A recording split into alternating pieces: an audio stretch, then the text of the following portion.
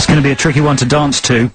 Why? That's dance-delicious. It's got lots of stopping and starting, and you know when you're on a dance floor, and the record suddenly has a section without a beat? Yeah. And you've got to think of something to do. Right. Yeah, well you can't do that Lila's doing, dancing mode. You can't dance when there's no beat, so everyone just sort of stands around looking like a wally for about 10 seconds, waiting for the beat to come back in. I'm just saying that in that record there's a lot of stopping and starting.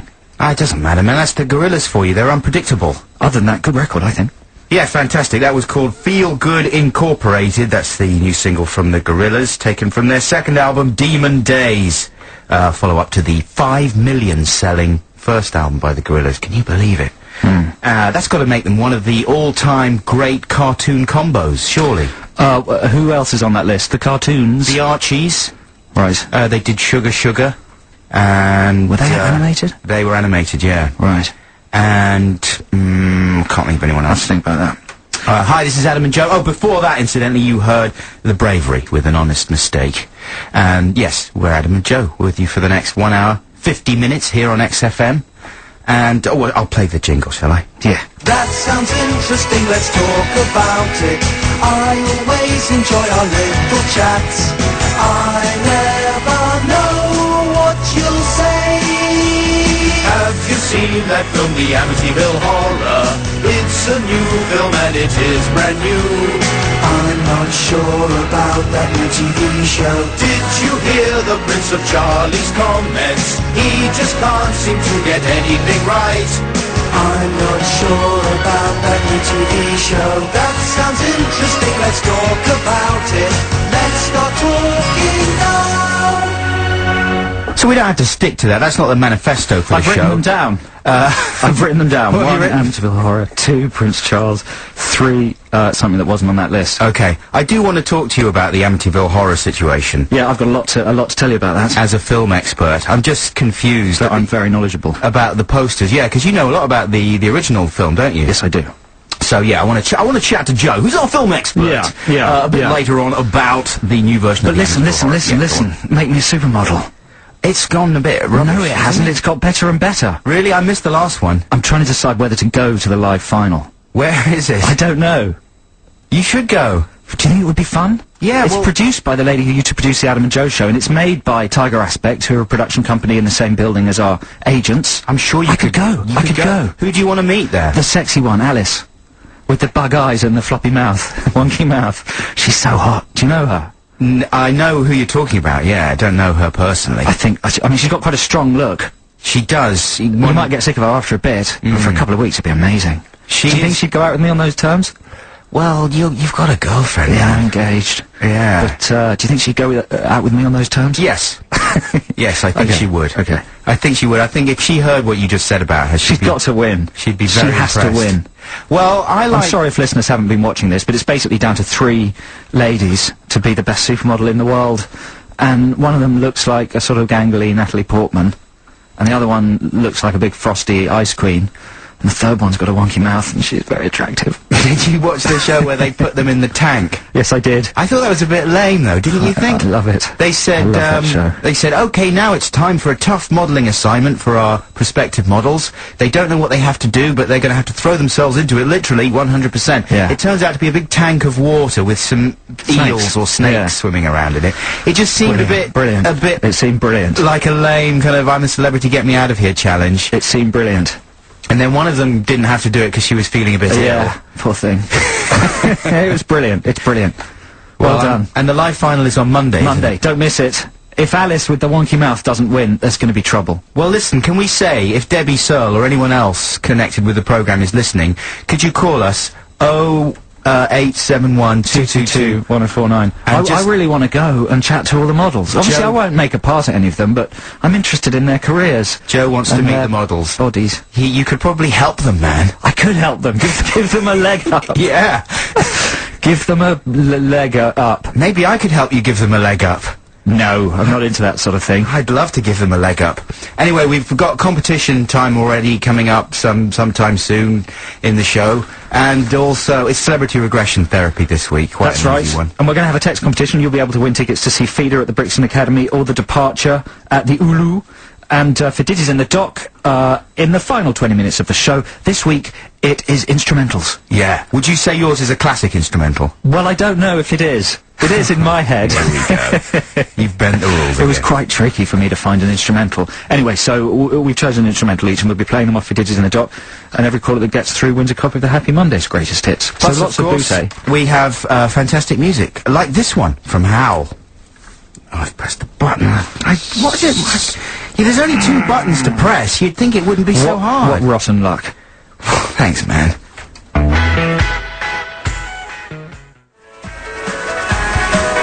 How would you describe that song by Howl, Joe? Oh, a squeaky-voiced, high-speed record, plonking. You know what word I would use? What? Summary. Oh, brilliant. I'd call it a slice of summery pop. Carry on talking like that, and the magical portal to Capital Radio may open up. Wow, Can you imagine? Sucked upstairs into Foxy's chair. Oh, I'd like to be Yeah. sucked upstairs into Foxy's something. Yeah. This is Adam and Joe here on XFM. Now, this is the first of our free plays this week, and it's a song by a group called the Fiery Furnaces, which I'm sure many XFM listeners are familiar with. This is a track from their album called EP, or maybe it's just an EP called EP. I don't know. But I think it's a fantastic track from a really exciting young band. And it's called, keeping on the summer theme, Yeah. Here Comes the Summer. Hope you like this Brilliant. one. It's from the Fiery Furnaces. This is Adam and Joe on XFM.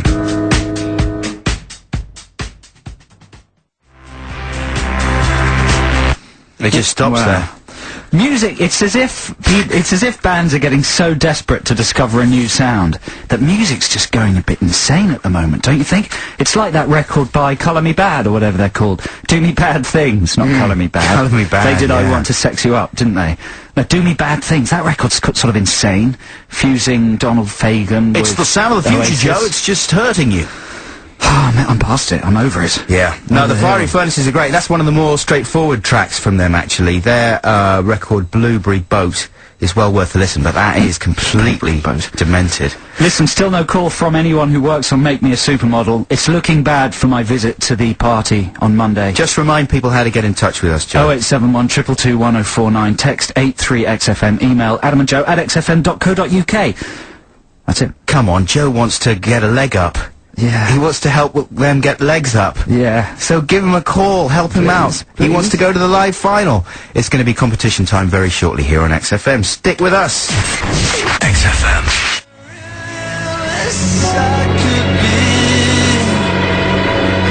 Well, you know, who would rather be anywhere but good old London town on a beautiful sunny Saturday afternoon like what this one is? Yeah, people walking around, eating food, wearing not too many clothes, men without their shirts on, kissing ladies with their mouths open. It makes you happy. Jellied eels, pearly kings and queens, and ooga Cockles. booga for everybody. And friendly gangsters. Yeah.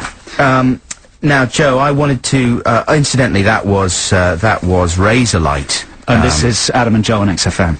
And I just want to talk to you, Joseph Cornish, film expert, about the Amityville horror poster that I've been seeing in the London Tube network.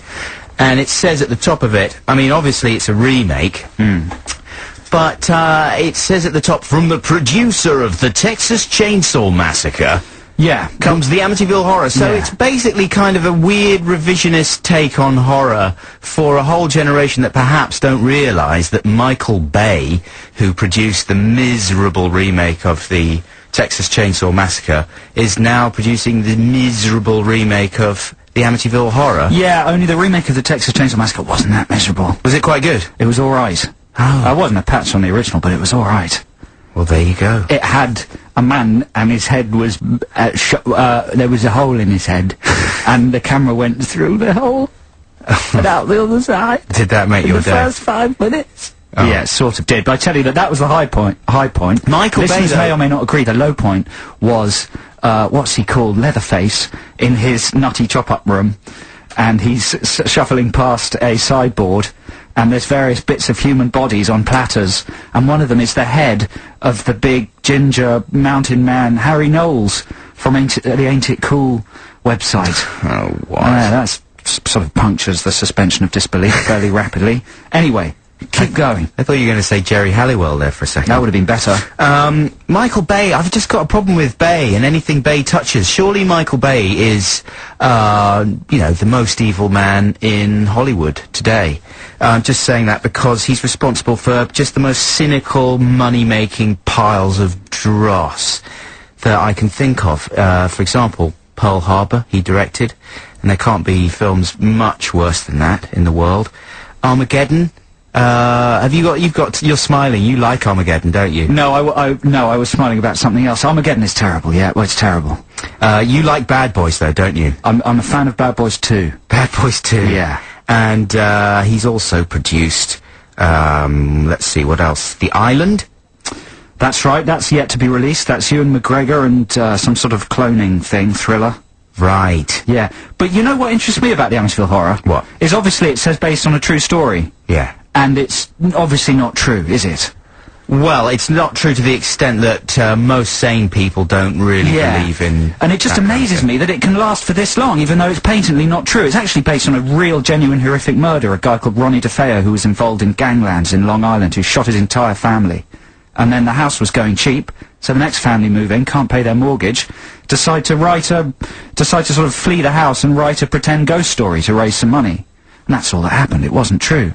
But the myth is still going on. And a similar story to The Entity. Have you ever seen The Entity? Yeah, with the invisible ghost that touches the lady's boobies. Exactly. That's about to be remade by one of these Japanese horror directors, a big American remake, similarly supposedly based on a true story. But she wasn't molested by a ghost. It doesn't happen. I don't think ghosts exist. And I don't think they molest ladies. Some people swear they are molested by ghosts. It's just weird that these really grotty, horrible true stories turn into these ridiculous, sort of fantastic ghost things and still stay well known. I'd like to see a film about the true story behind the Amityville Horror. That sounds pretty interesting, what you just described. Well, there's a new reissue of the original movie coming out on DVD, Adam, with 2 documentaries on it, I think, that tell you the original story. Oh, that sounds good. I'm looking forward to it. Next couple of weeks that comes out, I think, in America. It's excellent. Now, we've got competition time coming up very, very shortly after this classic track from Pulp.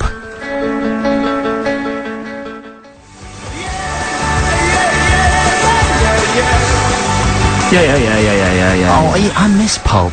You know, That's good, isn't it? Great record. I actually miss them being around. What's happened to them? Where's he gone? He lives in France now, and he just does a bit of DJing, and he's got a baby of his own. And, presumably he just lives off royalties, does he? I would imagine so. I should think he'll probably come back with some solo effort at some point, which would be good.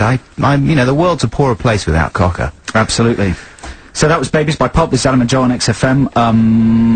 Yeah. Competition, isn't it? Competition, yeah. I was just going to make a reference to a couple of texts we've got. Oh, yeah, go on. Someone's saying the Texas Chainsaw Massacre remake was not good, it was bloody rubbish. I think that's what they're saying. They're right, of course, but I thought it was entertaining rubbish. And someone's saying that they know someone who works on Make Me a Supermodel, and that we might get a call quite soon to invite us to the live final. That call hasn't come through yet. Come on, remind them of the number. 0871 222 1049. If you can get us to the live final of Make Me a Supermodel on Monday, or you want to enter Celebrity Regression, which is going to happen right about now. Competition time. You could win a DVD or tickets to a show. You just never know. So sharpen up your brain and get ready to play. Is it the DVD or tickets to a show this week that we're giving away? It's the DVD. It's the special edition of Steven Spielberg's Duel, and it comes in a tin. Hey, that's fantastic, and that's a film all about Jewel, is it? Yeah, what's the point of these tins? She's brilliant. I love Jewel. That doesn't matter. Like Duel. Yeah, Jewel. So it's a special edition of Duel. It's a fantastic film about a big truck what wants to kill a little man in a car. And it turns out the truck's being driven by the devil. Don't be silly, Adam. You've given away the ending. Even though it's not the correct ending. Is it? Okay, sorry. And it's got a lot of bonus material. And it comes in a tin. Yeah. That's brilliant, isn't it? Which means it's wiped clean. And it can double as overexcited. a baking tray. Yeah. Right, let's get on with the competition, which is Celebrity Regression Therapy this week. Joe, are you ready to put me under in a deep hypnotic trance? Yes, I am. Here we go. Okay, remember the number's 0871 222 1049. I'm going to now regress Adam into the mind of a famous Hollywood film star. That film star will then witness some of their films, and you have to tell us who the star is and what film they've been regressed into. I can never really explain it properly, but I think you get the point. Okay, you can relax along with us if you're at home or in your car or lying in your tiny little Speedos in the park. Just take a deep breath in the stomach. Remember, inflate the stomach, not the chest. That's right, and breathe out through the mouth, in through the nose, out through the mouth. Excuse me. Long deep breaths. And close your eyes. Just feel very light and flaky. And now drift back, all the way back. You're 5, you're 4, you're 3, you're 2, you're 1. You're in your daddy's nutties. And now you are, yes, in the brain of a Hollywood star. And breathe, and I want you to wake up now. And are you ready, Adam, to wake up and tell us what you see? Oh, I'm in a nightclub. It's a special movie nightclub. It's extremely well lit, with bad music that no one in real life listens to, and overdressed ladies dancing all sexy with their arms above their heads. Oh, seductive. 2 of the ladies are dancing with me. They look angry or maybe sexy, I can't tell. Wait a second, one of them's touching my trousers. I'm confused. Now it's later and we're back at their house. I think we're all going to bed soon. Good, I'm tired. I'm gonna brush my teeth. Oh, the ladies are in the bathroom together. They're not brushing their teeth. What are they doing? I'm confused. They look angry. It's confusing. What? Don't touch that. You ladies, no, that's not how you brush your teeth. Where's your brush? I'm confused. Okay, just breathe.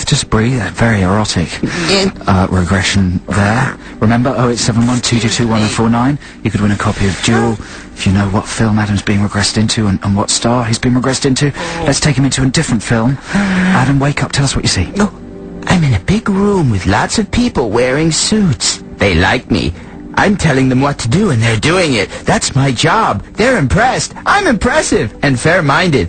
Wait a second, there's a woman in the room. She looks like the torch lady from the Columbia logo. She's telling me what to do. She doesn't think I'm impressive and fair at all. She's a firecracker and I like her. She's got spunk. And despite our differences, we're going to bed, because that's what this country's all about. Okay, and just breathe. Well done. That was the second film. 0871 222 1049. As soon as you know who Adam's been regressed into in the films, let's take him to one third and final film. Adam, wake up. Tell us what you see. Oh, I'm in a car. It's hot. I'm sweating. I'm stuck in a traffic jam. People of all different races and credos are shouting and beeping and shouting. So much rudeness and aggressitude and racialistic tension. I can't take it anymore. I'm gonna leave my car right here in the traffic jam. And from now on, I'm gonna stand up to all the rude, aggressialistic racializers and teach them a bad lesson they won't forget soon. And... oh, no. I've gone too far. I've become as bad as them. Or am I still the victim? Oh, it's confusing. It's so confusing. So much to talk about. So much to discuss on the Late Show Review with Mark Lawson and Tom Paulin and Paul Morley. Okay, just breathe now. Deep breaths. Is it over now? Yes. Okay, so Adam's going to remain in his regress state until one of you listeners calls 0871 222 1049. Not only will you rescue Adam from basically permanent regression, but you'll win a copy of Jewel, a film by Steven Spielberg, in a tin box. 0871 222 1049. Call now! XFM. This is Adam and Joe on XFM. You join us in the middle of celebrity regression. Adam has been regressed into the mind and films of a famous film star, and we've got a caller on the line who thinks she knows what that who that star is and what the films are. Hello, Kate. Oh, how you doing? Very well. How are you? I'm very well, thank you. Thanks for respecting the clinical nature of this competition and keeping your voice calm. So are you confident, Kate? Very. Very confident. You think you've got the actor or actress and all the films? Yes, I think so. Oh, there's a little bubble of consciousness coming from Buxton. Okay, Kate, what I'd like you to do is, when I tell you, say the name of the actor. If you're right, Adam will come back to consciousness. If you're wrong, you may damage his brain permanently. Are you okay with that, Kate? You're happy about that? That's a lot of responsibility. Well, there's not a lot of brain to damage, so the repercussions could be major. Are you ready, then? Say ready. the name of the actor or actress who you think it is, now! Michael Douglas. Oh, Kate! Fantastic, Kate. Well How done, Kate. exciting. Absolutely right. First go. That's brilliant. But wait, Kate. Kate, wait. Do you know what the films was? Yes, the first one was Basic Instinct. Basic Instinct, of course. There was Correct. a wonderful scene where Gina Gershon Lesbian Lavatory Love. and, was it Gina Gershon? I don't care. It was Sharon Stone, and they were fooling around. The ladies were fooling around with each other in the toilet. Not going to get on the live final of Muddle. yes, I am. On that, with that Oh, attitude. yes, I am. Now, what was... Kate, what was... Are you still there, Kate? I am. Okay, that's lucky. What was film number 2?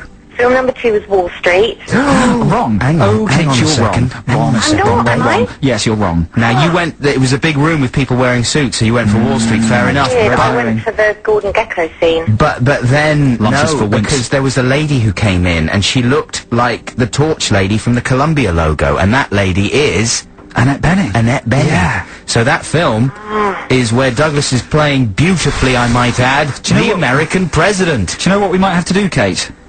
It's just because you got one film wrong, we might have to scratch your copy of Jewel. No, Just don't damage it a back bit. in. What about if I just bang it against the desk, just to dent it? Bang it, man. Okay. Oh, that was a That good was a bang. bit noise, wasn't it? But it's made no damage at all. I So you think I got got the lucky. third one right, though. Okay, what do you think the third one was? Fall down. What? You just cut out in the middle of the word. Say that again. Falling down. Falling Down, of course, yes, where Douglas plays a close to the edge kind of nerd who goes on a shooting and punching rampage because he's been pushed to the limit by the callous modern world. We've all been there. Absolutely. Yeah. Well, Kate, that's fantastic. Very good deductions there. It wasn't quite as easy as it could have been this week due to the rambling nature of the competition, but you did very well indeed, and you're going to get that dual metal box sent to you forthwith.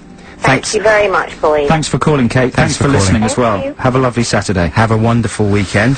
Oh, it's all so nice. Let's just take time out just to think. Yeah. All right? What are you thinking about? Oh, evil. Pure evil. Don't think about pure I evil. can't help it, killing. It's a I must sunny kill. day. Don't. I must kill. No, don't kill. Sorry. Here, look. I'll Here's tell you what I'm thinking about, that I will be going to the Make Me a Supermodel final night, because we've had an email from the lovely producer, Debbie Searle, doesn't want to be called on air, but she says, we'll try and see if we can squeeze you in. Oh, what's she talking I about? don't know, but I'm very excited. Squeeze me in too. Oh, Dr. Fox. Debbie, I'll give you a call after the show, set that up, that's brilliant. Oh, If it's too far out of London, might not bother.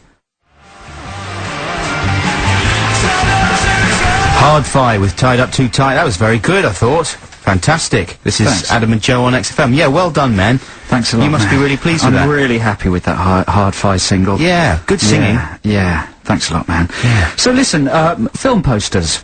You know the BBFC put little certificates, obviously, on all film posters, and then next to the certificate, it's got some words, hasn't it? Yeah, like stereophonic style words like Exactly. mild language, strong graphic nudity. Yeah, exactly like the title of the Stereophonics album. But, you know, I'm a bit worried that these little blocks of text by the BBFC, sorry, I'm just looking at my notes here, are giving stuff away. Don't worry. They're sort of spoiling the film. Like what? For instance, the weirdest one I've come across is on Pooh's Heffalump movie. Yeah. Pooh's Heffalump movie, certificate U, obviously. It says in the little box, contains no sex, violence, or bad language. What's the point of putting that on? Well... Mummy, can I see a film? Yes, let's go and see Pooh's Heffalump movie. Does it have sex, violence, and language? No. I don't want to see it, then. Is it coming from the point of view of a toddler that loves really extreme stuff in films? It just seems like they're all written from the point of view of someone who's sick in the head and is assessing these films for how freaky they are. You know, for instance, Sideways contains strong language and moderate sex. Won't see it, then. If the sex is only moderate. The Machinist contains strong language, gory images, and sex references. Who cares about sex references? You want the sex! Won't so go and see The Machinist. What else have we got? 9 Songs contains frequent, strong, real sex. That's brilliant. Yeah. Guaranteed. The other thing you can do is make up your own. For instance, a good one for Matrix Revolutions would be contains confusing ideas, weak CGI, and strong tedium. For Robots, I think it should say Certificate U contains one old joke. How about Hitch? I went to all these films I've seen. Hitch contains no laughs, one use of strong language, and intense boredom. And Will Smith. And Will Smith. Is that a warning? Yeah, it should be. It should have been on the Shark's Tale box a bit more prominently. Then I would have avoided it. So if you listeners want to win tickets to see The Departure or Feeder, text us in what you would put in the BBFC certificate box for your favourite or least favourite film. Or if there's a film you want to warn people about, what sort of 5 or 6 words would you put in that BBFC box? The text number is 83XFM, emails adamandjoe@xfm.co.uk, win tickets to Feeder or The Departure for telling us what you'd put in that little BBFC box for your favourite film. This is Adam and Joe on XFM. Here's a really short free play, maybe the shortest free play ever, at 54 seconds. This is Brian Eno with a remix of a Can song called Panoom.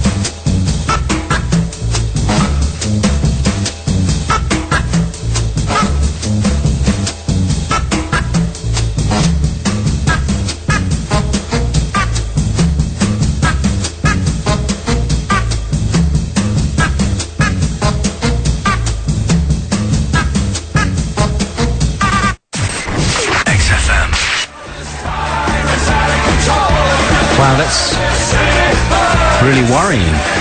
About the fire? About the fire. Why are we so quiet? Oh, that's better. It's out of control, man. Fire's out of control. I hope he doesn't work for the fire service. Well, it's going to burn the city. He's an insane pyromaniac. Oh, that's just so It's worrying. a shame, isn't it? That was the news with Franz Ferdinand. Apparently there's an out-of-control fire. There's in the city. some kind of fire. It's going to burn this city.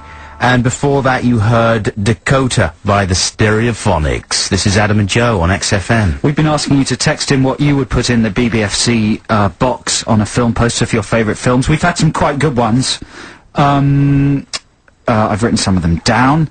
Independence Day contains the knob out of Hitch. That's quite good, isn't it? The thing I like about that one is also that Hitch obviously is a recent film, Independence Day is an old film. I like the idea that they would, you know, warn you about a film Retroactively, 8 to 9 yeah. years in the future on the BBFC thing. That's a good idea. The Magic that was from Pale John. Well done, Pale John. I assume you're a sort of Clint Eastwood sort of character riding around on a horse. He's just white. Yeah, very white. The Magic Roundabout contains no charm. Or contains none of the charm of the original. I've had to change some of these around so they're a bit better. And I didn't sort of... Oh, dear. 9 songs, contains ejaculation, no storyline, and cinema full of sex offenders with rucksacks full of Kleenex. You know what? I never went to see that film the other day. Well, you were trying to pimp yourself to some I know. sexy female listener. I was trying to pick to up go and girls. get in a lather. Trying to pick up girls on air to go and see And nice it was songs. all for nothing. And it was all, I just thought better of it. And went home to my wife instead. Rightly so. And someone else has texted in with, they haven't given their name, but, warning, contains rubbish coming out scene. And I think that's quite a good observation, because there are a lot of rubbish coming out scenes. In Bridget Jones 2, we've discussed this already, when the sexy girl, turns out to fancy Bridget Jones. That's an awful coming out moment. Oh, I haven't seen Bridget Jones' Edge of Reason. Bend It Like Beckham, I believe Keira Knightley's character comes out as a lesbian in a terrible little coming out scene. It's sort of coming out as a sort of weird little subplot in the third act of a film is always particularly crap. Well, there's In and Out, of course, the classic. Almost Famous, apparently out there's film. a coming out as well in Almost Famous.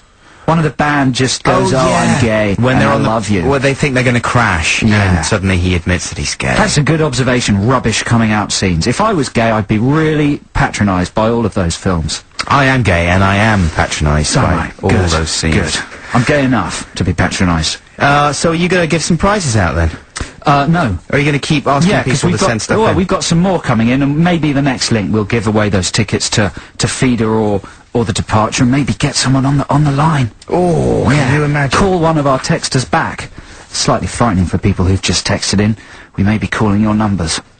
calling your numbers. So are you definitely going to... Good bit of filling, well done. Just did the jingle there, just made it up. Are you going along to the model show final on Monday then? I hope I am. Wow. Yeah. Is that a definite? Well, I've been definitely offered. Is it squeezed in? And do you think that you would actually be on the telly then? Is it going to be like Big Brother with lots of people standing around? I'd hope not. No, I don't know. I don't know. Oh, man. It's so hard to tell in TV, isn't it? Exciting. It's very exciting. And, who's the name? What's the name of the woman judge on it? The really ludicrous, obnoxious one. Not Rachel Hunter, but the... Natties, not Natalia. Nutties. There's Pingu, or Peru, or whatever his name is. Pingu's a character from Nathan Barley. Yeah. But Peru is the absurd photographer. And then there's Rachel Hunter, and then there's Nick Knox, Natty Knox, Natty. I can't remember. Tanya. Maybe it's Tanya, yes. Tiddles. Yes. This is Make Me a Supermodel on Channel 5 we're talking about, in case you just Not very don't know coherently. what the hell we're talking about. This is Adam and Joe on XFM. It's music time once again. This is The Coral with In the Morning. What's she looking for? Not you, listeners. Stop talking. Sorry. Mountains wouldn't part for me. They have no uncertainty. I'm just a passing. Do you know what? This is just suddenly everything just went disastrous there. Why? Because I put the wrong song on. Are we on again? Yeah, I don't know. This is like a behind-the-scenes link. This whole song... This is something for media students The out whole there. show is behind the scenes. That's the problem with us. There's nothing in front of the scenes at all. Okay, it was your fault, Adam Buxton, so come on, carry Phil. Okay, Phil. Here's The Coral.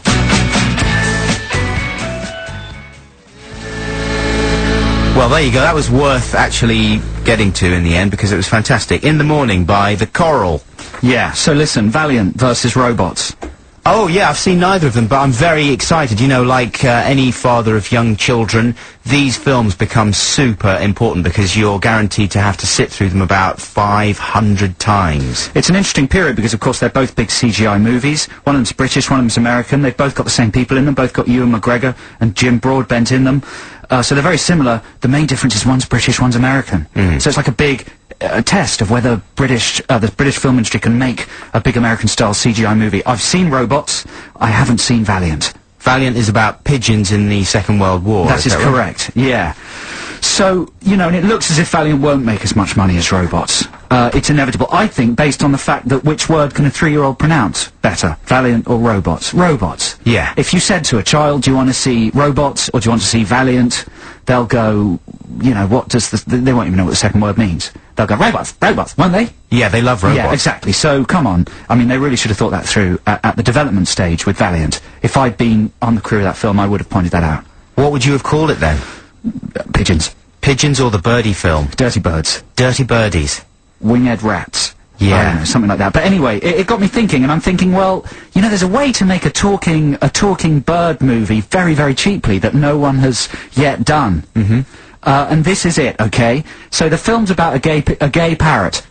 Yeah. Alright, it's a big CGI spectacle about a gay parrot. Can you think of a good name for that? Polly wants, boyfriend. Yeah, okay, stop right there. Stop right there. So it's called Polly. So it's called Polly. Okay. It's about a bright pink parrot. All you do is you get your scripts, you get a brilliant script, and then you get a parrot for every, you buy enough parrots for every line of dialogue. So say 500 parrots. You teach them all one line of dialogue. Because parrots can, for real, talk, can't they? Yeah. So you teach them all a line of dialogue each, spray them all pink, thereby the gay parrot thing. Bob's your uncle. Make the film. That's a bad idea. It's a fantastic idea. You don't have to bother with any of the CGI. You've got talking parrots. You don't have to bother with the CGI at all anyway. You just dub them. Have you not seen Paulie? Okay, well, what about this? What about you just put a sort of weird digital sheen on it that makes it look CGI, even though it's actually real? Did you think of this very late last night when you were quite ill? Yeah. I bet. I think that parrot idea is a winner. Hey, have they got songs in Robots? There is some Tom Waits music in Robots, and there's a terrible moment when they start singing, you know, Hit Me Baby One More Time. Is Robots no good then? Robots is terrible. Oh, that's a shame. I was really excited It's good for the about kids, that. will love it, but it's like a photocopy of a photocopy of a photocopy. It's amazingly derivative. Yeah. It's on a Shark Tale level for sort of unoriginality. My wife went out and made some unauthorized purchases this week and came back with Shark's Tale. I'm the one that does the CGI film purchasing for the children, not her. She came back with that pile of carp, eh? As a little Shark's Tale joke for well you. done. And what else did she bring back? She brought back something else completely unauthorized that I don't really want in my house. But I'm very disappointed about Little Robots. One of the things I've been subjected to recently is a lot of very bad songs in these animated films. Polly Wants a Pecker. Polly Wants a Pecker, very nice. Well, Yeah. Polly's presumably... Well done, that came in by text. Another Anonymously. pecker. Well done. Anyway. Yeah, so I've been collecting some of the worst songs that pop up in these animated films, because they very often have a moment around about halfway through when they have a little montage of all the action going on, accompanied by a really dreadful song that they've got someone to do especially for the film. Of course, the brilliant ones are things like Randy Newman, You Got a Friend in Me, and all the classic Disney ones. Wasn't that brilliant? It lost Ditties in the Dock for you last week, Adam. Yeah, well. So here's... I just want to play you some of the ones that I've been listening to. This one is called... This is from Help, I'm a Fish. Oh, no. With Michael J. Fox, which isn't a bad film. It's not too bad. You're going to play some? Yeah, check it out. This is the sort of main theme. Yeah, this was on telly over Christmas, wasn't it? Was it? Yeah, I saw this on telly over Christmas, or as much as I could bear. Is this Aqua? It sounds like Aqua, doesn't it? It's by... The kids love this sort of stuff, though. This is like musical orange juice. They absolutely do not love Musical it. E-numbers. If my son is any indication, he's not interested. He's Well, not... he's probably going to be straight. He's Little gay obsessed. kids love this. Really? It's by someone called Lunar. Yeah, being a fish isn't that person's main problem. And check this out. Check out the lyrics to this one, also from Help, I'm a Fish. This is a song called Do You Believe in Magic? And this comes at a point in the film where basically they've discovered that if they want to be transformed back from fish into human beings, they have to collect a number of ingredients, but they've got to do it before the sun rises. Now, all these facts are cleverly incorporated into this song. Listen.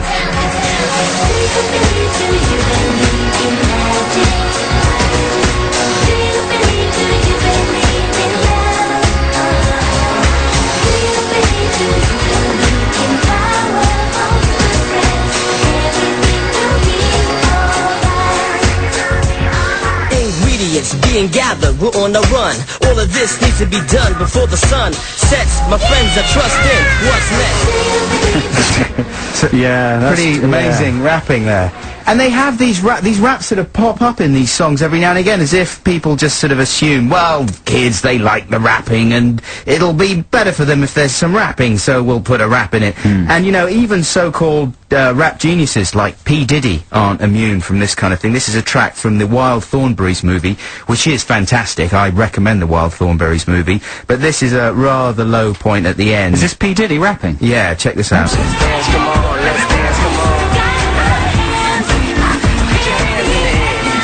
He's gonna start soon. All the Thornberrys are jumping about. Here it comes. I'm going back.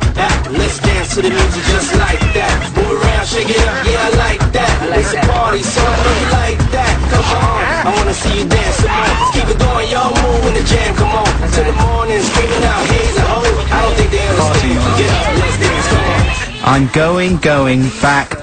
Yo. Yeah. You know, but that, you know what that is a reference to, Adam Buxton? What is it? It's LL Cool J with I'm Going Back to Cali. I'm going back to Cali, which is a very, very famous 80s hip-hop hit. So Puff Daddy's slipping in a little reference for the Puff Daddies. Now I feel stupid. Yeah? Now I feel But really they have to stupid. pop a farting noise in there, don't they, just to keep the kids interested. Yeah, exactly.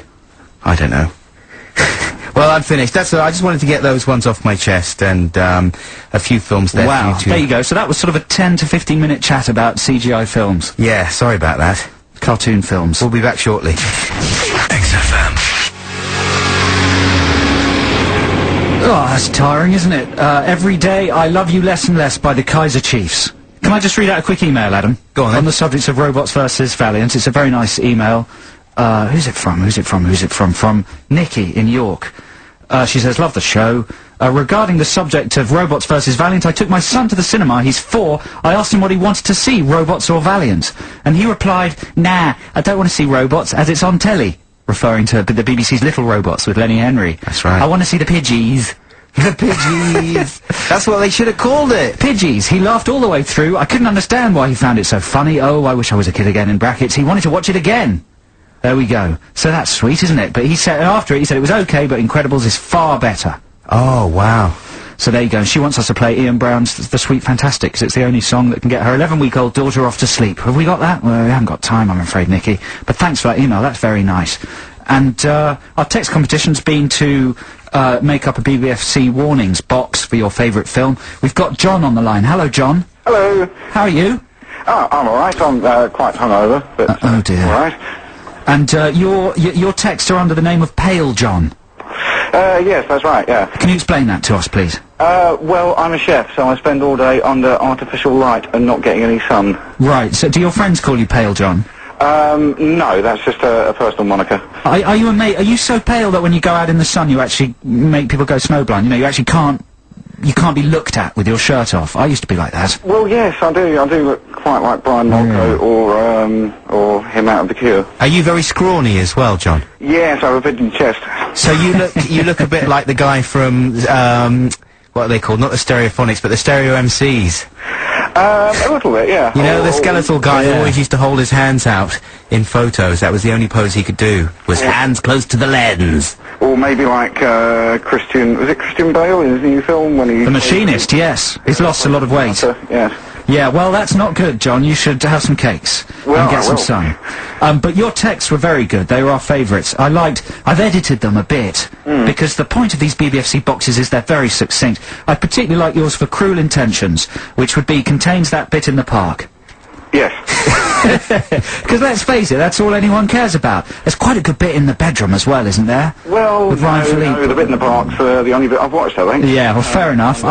That's a recommendation, yes. I think you're absolutely right. And your other one that we read out previously was Independence Day, contains the knob out of Hitch. That's correct. I think that's extremely good. So, are you interested in seeing Feeder or The Departure?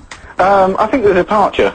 Okay, so 2 tickets to The Departure will be, I was going to say winging their way to you. I was thinking winging their way. Go on, let's... Well, yeah. We're going to send them in to you in the post. Thanks very much. Winging their way to you right now, John. Thank you very much indeed for your call. Yeah, but you know, we called him actually. Thanks for picking up and agreeing to come on our show. Thanks very much. Thanks. Cheers, John. Have a sandwich and don't go out in the sun because you'll burn, man. Now, after this next track and some advertisements, we're going to launch Ditties in the Dock this week. Right now, here's a track from Beck's album Guerrero. This is Girl. That's Girl by Beck from his new album, which has received a couple of lukewarm reviews. I think it's a smash. Well worth a listen. This is Adam and Joe on XFM. Time now to launch Ditties in the Dock. This is the part of the show where Joe and myself battle it out for who gets to play the very last song of the 2 hours here on XFM. Joe, do you want to go first or shall I? I don't mind. Well, this week it's instrumentals. We are battling it out to play, and I'll go first. I've brought in Green Onions by Booker T and the MGs. It's, you know, a fairly obvious choice. It's one of the all-time classic instrumentals. I think, in fact, it's the all-time greatest instrumental song on a lot of the internet lists that I looked at. It's a number one. There you go. Well, it was a #1 hit by Booker T and the MGs. And for those of you who don't know about them, they were Booker T and the Memphis Group is what MG stands for. Booker T. Jones was in the band with Steve Cropper and Donald Duck Dunn, who of course were part of the Blues Brothers band, and they kind of created the Memphis soul sound, the Stax sound. I love that was associated with people like Sam and Dave, Otis Redding, Wilson Pickett, all those kind of people. But this is an amazing instrumental. It's so meaty and chunky, played on, I think it's a Hammond organ, I might be wrong about that though, but it's just one of the most sort of quintessentially 60s groovy, I can't think of any other cliches to describe it. It is an absolute classic. If you're not familiar with it, do yourself a favour and give me a vote for Green Onions. Incidentally as well, it's the reason that, who are the crisp manufacturers? Golden Wonder. It's the reason why Golden Wonder made their cheese and onion crisp packets green. It's a little trivia fact for you there, because of the song Green Onions. Joe, what have you got? Okay, well, it's sort of a funky instrumental playoff, because, I mean, I was trying to figure out what to choose last night, and I considered Green Onions, Wipe Out by the Surfaris, a couple of good Frank Zappa instrumentals, some Floyd, Pet Sounds by the Beach Boys would have been a good choice. Yep. Hawaii Five-0, Average White Band, Pick Up the Beat. These are all things I rejected, in favour of a track by Marvin Hamlish. It's from my favourite James Bond movie, The Spy Who Loved Me, and it's the music that accompanies the opening pre-credits ski chase in The Spy Who Loved Me, the one that climaxes with Bond skiing off a cliff and opening his Union Jack parachute. And it's basically a disco rendition of the James Bond theme, but it's amazingly funky. It's got that bass line that goes bond, bond, bond, bond. Do you know the one? I do, and at one point it goes strings. Wow. It's amazingly good. It's called Bond 77 by Marvin Hamlish. It's just the funkiest rendition of the Bond theme ever. If you're driving, it's a brilliant tune to drive to. It'll sound great today. It's recorded in 77. That's it, basically. So there we go. 0871 222 1049. You're voting for either James Bond... But should we say Bond 77 or Green Onions? Bond 77 or Green Onions. It's either... And we should remind callers that everybody who gets on air will win a copy of Happy Monday's Greatest Hits, or, if they prefer, a couple of tickets to Feeder. Call now. XFM. That is Weezer, and that is called Beverly Hills. This is Adam and Joe on XFM. It's the last 10 minutes of our show, so it's time to pay off Ditties in the Dock. This week it's been an instrumental playoff. Booker T and the MGs with Green Onions versus Marvin Hamlish with his funky James Bond theme, Bond 77 from The Spy Who Loved Me. A strange playoff, but we're going to see what wins now. Let's go to Jason. Hello, Jason, are you there? How you doing, alright? Very well, Jason. What are you voting for today? Booker T. Booker T? Why not Bond? Jason, explain yourself. Why? I've just fancied the Booker T one. All right, fair enough. Can't argue with that. What do you reckon, Buxton? Yeah, well, Jason's correct. I mean, you know... Jason's wrong. Also, Jason doesn't sound like the kind of ponce that would vote for the disco Bond. I bet you Jason is a very attractive man who skis very well and would love that Bond theme. Never mind, Jason, you know, you live and learn. Mark, are you there? Yeah, I'm here, mate. You know what we should have done? We should have offered Jason some Feeder tickets. But he's got the Happy Mondays album anyway. There you go, Jason. Mark, how you doing? Yeah, not too bad, mate. Not too bad, What are you voting for? I'll have to go to Booker T as well. What? Oh, yeah. This is looking very bad. What's wrong with James? You know what I'm talking about, the Bond theme? I don't know. I'm not familiar with it, mate. I'm sorry. Oh, dear me. Yeah, you see, it's the film nerds aren't out there. They're not calling today, Joe. Are you interested in seeing Feeder, Mark? Yeah, I am. Are you? Are you excited about it? Yeah, I don't like them that much, but yeah. Oh, well then, there you go. Well, I'm sure someone would want the tickets more than you. So tell you what, we're going to hold off on them and give you the Happy Mondays Greatest Hits. Is that okay? Yeah, because there are some fanatical Feeder fans, and the concert is tonight, and we'd rather give it to them.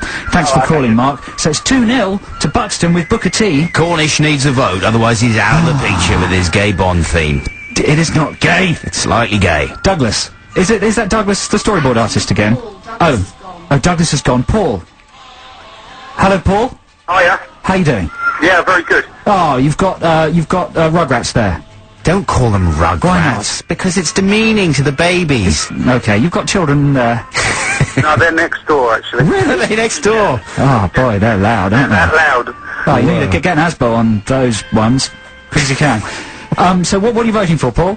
It's going to have to be Booker T with me. Oh, it's an absolute walkover. This is nonsense. That's a disaster for Cornish. That's it. Thank you very much for your call. Do you want that really disappointing? Don't worry, we'll talk about it in a second. Do you want would you like Feeder tickets or the Happy Monday CD, or both? Well, both would be brilliant. Why don't we just give you both? I feel so let down. When it's Feeder, is that tonight? Yeah. Can you go? Yeah. Fantastic. Have a really good time, and thank you so much for your call. Thanks to everyone who called in. Academy, don't forget to take a firearm. That's not a good thing to say, man. It's the Nas concert. It's a topical joke. Yeah, but still, that's not It's also representative. sarcastic. That was a disaster. That was a total disaster. I mean, Booker T, Green Onions played every 2 minutes on Melody FM. Do you know what I'm going to do? I'm going to tease people with a little snatch of your Bond theme, because it is quite good. It's amazing. Oh, yes. Do you remember? This is what you missed out on, folks. Even Adam thinks it should have won. I'm glad that I won, but this is really good. Instead, you've gone for the Melody FM most overplayed record in the world. Listeners, you're fools! No, but it is a smash. Come on, book it to the MGs. You can't argue with this. Listen, thank you very much for listening, everybody. Hope you have a fantastic weekend. We're off next week, but we'll see you the week after, I think. So, enjoy the sunshine. Goodbye. Bye.